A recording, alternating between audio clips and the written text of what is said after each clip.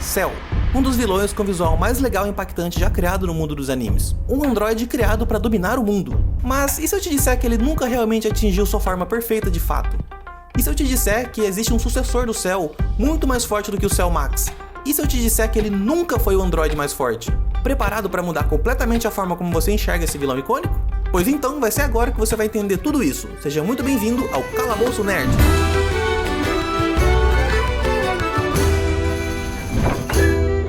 O Cell nunca chegou de fato na sua forma perfeita. Durante a saga original em Dragon Ball Z, Cell mostrou ser incrivelmente difícil de matar, sendo capaz de se regenerar praticamente de qualquer ataque feito por Goku e qualquer outro oponente. Embora ele já seja naturalmente muito resistente, Cell teria sido invencível se soubesse de uma espécie introduzida em Dragon Ball GT, uma atualização que de fato teria dado a ele sua forma perfeita. Cell é um androide criado pelo Dr. Gero, que até então foi o ser mais forte entre todos os vilões já apresentados. Assim, basicamente, Cell era essencialmente uma amalgamação viva dos lutadores mais fortes em Dragon Ball. E seu maior poder veio realmente do lutador mais improvável, o Piccolo. A essa altura da série, Goku, Gohan, Vegeta e Trunks do futuro eram todos Super Saiyajins, e Piccolo, embora poderoso após se fundir com Kami-sama, não chegava nem perto de alcançar o nível de poder deles. Mas mesmo assim, sua capacidade de se regenerar fez dele a maior adição à coleção de DNA do Cell, deixando ele praticamente invencível. No entanto, havia uma fraqueza na habilidade regenerativa de Cell que absorveu de Piccolo. Uma pequena fraqueza que poderia ter sido impedida por uma forma de vida apresentada lá em Dragon Ball GT. E assim, eu sei que a saga GT se passa no futuro, e também que nem é considerado como história principal. Mas vamos fazer um exercício de imaginação aqui. Vamos criar o nosso próprio e se da Marvel. E se Cell tivesse obtido a verdadeira forma perfeita? A solução pro Cell tá lá no episódio 10 da primeira temporada de GT. Nesse episódio, Pan, Goku e Trunks se encontram presos em um asteroide no espaço.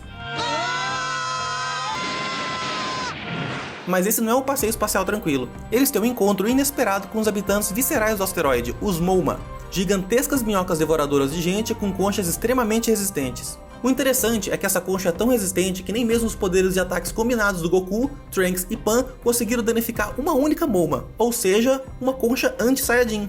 Agora, lembra da fraqueza do Cell? Sua habilidade de regeneração podia ser anulada se uma parte específica do seu cérebro fosse destruída. Eu finalmente compreendi isso. Por isso tenho a habilidade de Piccolo, mesmo que reste uma partícula muito pequena. Posso me reconstruir. Se Cell tivesse conhecimento dos Mouma e decidisse absorver um deles, a concha resistente teria reforçado sua parte mais vulnerável, tornando ele verdadeiramente imbatível. Uma simples escolha no universo de Dragon Ball GT poderia ter mudado todo o curso da história de Cell e da saga. O verdadeiro sucessor do Cell.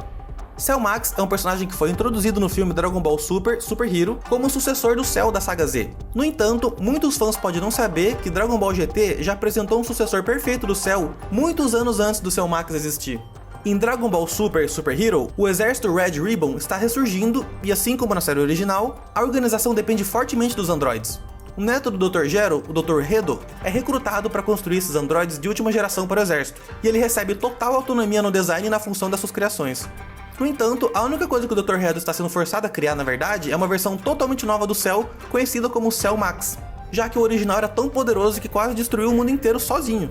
E Hedo segue essas instruções à perfeição. E lá na primeira temporada de Dragon Ball GT, no episódio 14, Goku, Trunks e Pan se encontram em um mundo estranho dirigido por um culto que adora uma entidade conhecida como Senhor Lud.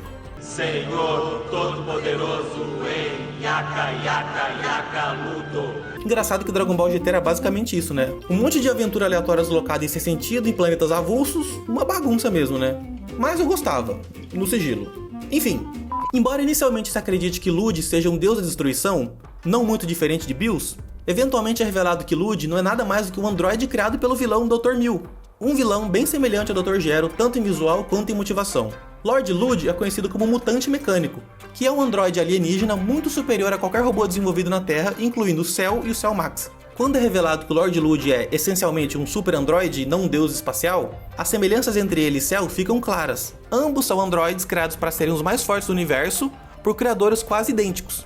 Ambos obtêm seu poder absorvendo os outros e, talvez o mais importante, ambos possuem a mesma fraqueza. Assim como o Cell só pode ser morto se uma célula da sua cabeça for destruída, Lord Lud também tem uma célula em seu corpo que atua como ponto fraco, embora a fraqueza de Lud seja muito mais difícil de explorar. A única maneira de derrotar Lud é ter alguém que foi absorvido por ele, atacar a célula vulnerável dentro do corpo dele, enquanto alguém precisa no mesmo momento atingir exatamente o mesmo local no seu corpo por fora.